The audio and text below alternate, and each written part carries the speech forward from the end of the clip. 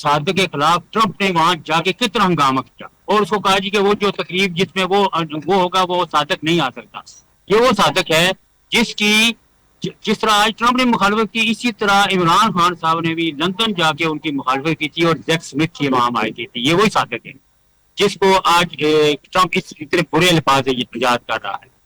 دوسری بات یہ ہے کہ جب ٹرمپ صاحب نہیں آئے تھے، ابھی صدر نہیں بنے تھے، تو اس وقت پی ٹی آئی والے کہتے تھے کہ ٹرمپ جب آئے گا تو لگ پتہ جائے گا. سب کو پتا ہے کتنی وہ جناب کس طرح کی باتیں کرتے تھے کہ ٹرمپ آئے گا تو عمران خان جو ہے وہ ریلیز ہو جائے گا، عمران خان حکومت جو ہے وہ انڈر پریشر ہو جائے گی اور ٹرمپ جو ہے وہ قید سے باہر لے کے آئے گا عمران خان کو. آپ کو پتہ یہی ساری چیزیں ہیں. تو ابھی یہ مگرمچھ آنسو رونے کا کوئی فائدہ نہیں ہے. جو بیسک حقائق ہیں وہ آپ کو پتا ہے. یہ نور الامین کو ایک ابھی پروجیکٹ ہے جس میں باتیں ہو رہی ہے کہ ان کے لوگ جو ہے وہ اسے ڈس آن کر رہے ہیں، لیکن وہ کون چلا رہا ہے، کس نے چلایا ہے، کیا وہ پروجیکٹ ہے وہ بھی آپ کو پتا ہے. تو کہنے کا مطلب یہ ہے کہ یہ تو آج نہیں، کئی مختلف اوقات کے اور مختلف واقعات کی وجہ سے لوگ کہتے ہیں کہ پی ٹی آئی والے جو ہیں وہ یہودیوں کے یہ سپانسرڈ ہیں اور ان کی تبھی لوگ کہتے ہیں چیزیں جو ہے نا سامنے آ جاتی ہیں. تو میں یہ کہتا ہوں کہ جب ابھی ٹرمپ نے ان کو نئی کوئی گھاس نہیں ڈالی تو اب یہ اس طرح کی باتیں کرتے ہیں. ابھی جو عمران خان صاحب کے دونوں صاحبزادے ہیں ان کے بارے میں بڑا مشہور تھا کہ پاکستان میں آ رہے ہیں. تو پاکستان آنے سے پہلے وہ دونوں جو ہیں وہاں امریکہ میں گئے اور وہاں مختلف سینیٹر سے ملاقاتیں کرتے رہے، وہاں لابی کرتے رہے. جب ان کو میرے خیال میں اس طرح کا جو رسپانس نہیں ملا یا جو وہ ان کے توقعات کے مطابق وہاں جب معاملات نہیں ہوئے تو وہ پاکستان پہ بھی نہیں آئے. تو یہ تو ٹوٹلی ڈیپینڈ ہی امریکہ پہ کرتے تھے. اور آج ان کو چونکہ پاکستان ایک جیسا میں پہلے کہا ہے قوت کے طور پر مرج ہوا ہے، پاکستان ایک ریجنل قوت بن کے سامنے آیا ہے. تو ان کی تو سچی بات ہے، ان کی ہاتھوں ماتوں بچھی ہوئی ہے، ان کے ہاتھوں ماتوں بچھی ہوئی ہے. ٹھیک ہے تو یہ جو ہے شارٹ رکھیں گے کمنٹ پلیز. مجھے نقوی صاحب کو بھی شارٹ کمنٹ پلیز کمپلیٹ کیجیے گا. جی میں اس کے ان کمنٹس کے اوپر کیا کمنٹ کروں؟ کوئی چیز قابل کمنٹ ہوتی تو کرتا. ایک آدمی ہے جس کی سوچ اور وسعت آپ کے سامنے آ چکی ہے. پی ٹی آئی کو اپنے کسی جلسے کی اجازت نہیں مل رہی، اپنے لیڈر کی رہائی. یہ جو خان صاحب کو آج واٹس ایپ لنک کے ذریعے عدالت میں پیش کیا گیا، یہ بھی ایک بڑی غیر معمولی عدالتی طریقہ ہے. اس سے پہلے آپ یہ چھوڑیے، عمران خان کے ایک سپریم کورٹ وہ پیٹیشن انٹرٹین کر لیتا ہے کہ عمران خان کو ازدواجی تعلقات ہونے چاہیے جیل کے اندر. آئیے آپ تیسرے شخص کو کیا ضرورت ہے؟ جو کچھ اس ملک میں مذاق ہو رہا ہے اور جو کچھ عاصم لاء کے تحت ہو رہا ہے اس ملک کے اندر، وہ شرم کے قابل ہے. ہمارا سر شرم سے جھک جاتا ہے.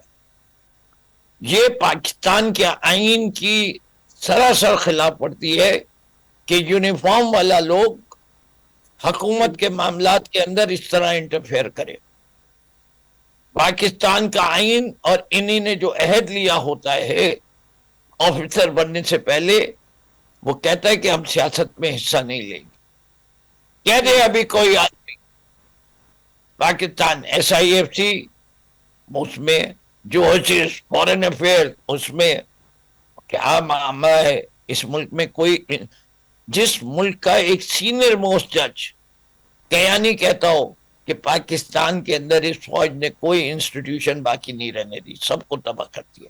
میں نہیں کہہ رہا، پی ٹی آئی نہیں کہہ رہی، اور وہ کیانی صاحب جو ہیں وہ کوئی ہمارے نمائندے نہیں ہیں.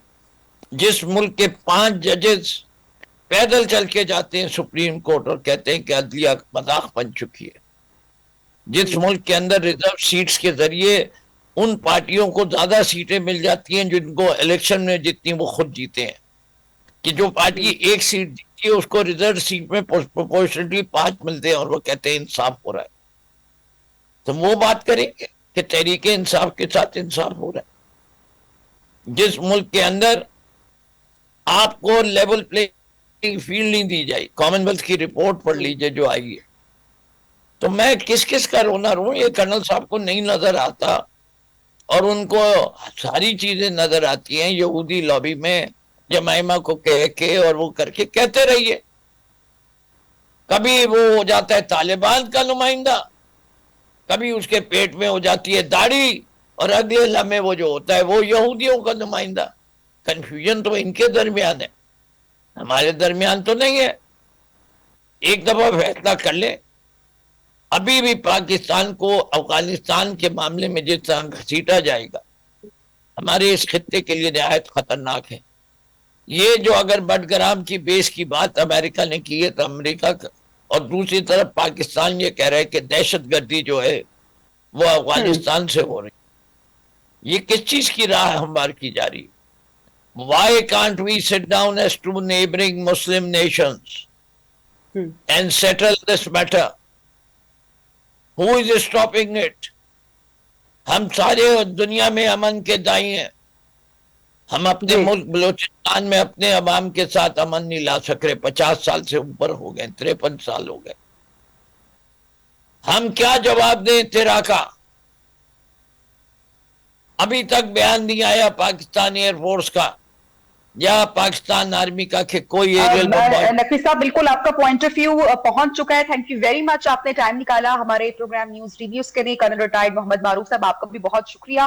سوال اس وقت یہ ہے کہ ایک جانب تو پاکستان میں ہم دیکھ رہے ہیں کہ جو سیاسی کشیدگی یا پارہ درجہ حرارت ہے وہ دن بدن بڑھتا چلا جا رہا ہے. اپوزیشن کے جو مسائل یا جو ایک عدم اعتماد ہے اداروں پر, حکومت پر, وہ تو موجود ہے. اس کے ساتھ ساتھ پاکستان دنیا بھر میں اس وقت جو عالمی رہنماؤں کے سامنے جو اپنا کیس رکھنے جا رہا ہے, اقوام متحدہ کا جو اہم اجلاس ہوا ہے اور طاقتور ممالک اپنے جو ایجنڈاز ہیں ان کو آگے بڑھا رہا ہے. پاکستان کے لیے اصل امتحان یہ ہے کہ آیا وہ کشمیر کے لیے, فلسطین کے لیے, چاہے پاکستان کی موسمیاتی تبدیلیاں ہوں یا پھر دیگر مسائل ہوں, وہ اپنا جو کیس ہے وہ عالمی دنیا کے سامنے کس شدت کے ساتھ رکھتا ہے اور آیا اس میں کامیاب ہو پاتا ہے یا نہیں, یہ ایک بڑا سوال ہے. پروگرام کا ناظرین وقت ختم ہو رہا ہے. انشاءاللہ آپ سے کل ہوگی ملاقات. اللہ حافظ.